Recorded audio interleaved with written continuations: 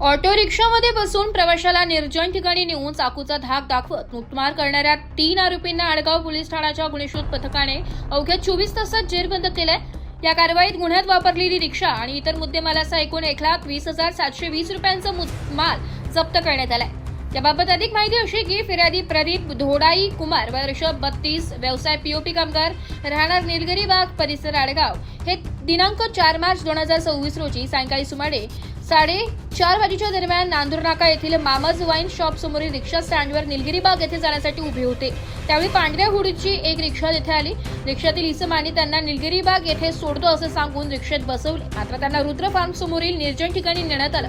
तेथे दोन्ही इसमाने चाकूचा धाक दाखवून त्यांना मारहाण केली आणि त्यांचा मोबाईल व रोख रक्कम हिसकावून घेऊन आरोपी फरार झाले। या घटनेनंतर आडगाव पोलीस ठाण्यात गुन्हा दाखल करण्यात आला। पोलीस आयुक्त संदीप कर्णिक, पोलीस उपायुक्त परिमंडळ 1 मोनिका राऊत आणि सहाय्यक पोलीस आयुक्त पंचवटी विभाग शेखर देशमुख यांच्या मार्गदर्शनाखाली वरिष्ठ पोलीस निरीक्षक उमेश पाटील यांनी गुन्ह्याचा जलद तपास करण्याच्या सूचना दिल्या।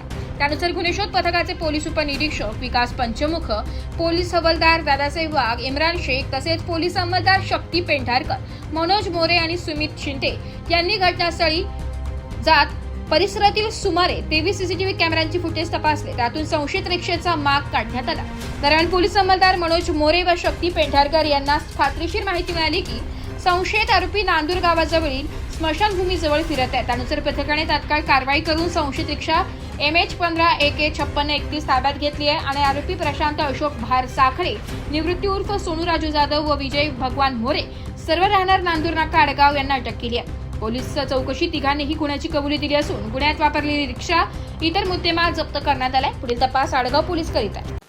दिनांक 5 मार्च 2026 रोजी आमच्याकडे फिर्याद द्यायला प्रदीप धोडाई कुमार हे आले होते। त्यांनी याची फिर्याद दिली की ते रिक्षा स्टँडवर नांदूर नाका येथे उभे असताना एक पांढरा हुड असलेली रिक्षा आली आणि त्याला कुठं जायचं विचारलं। तो म्हटला निलगिरी बागेकडे जायचंय।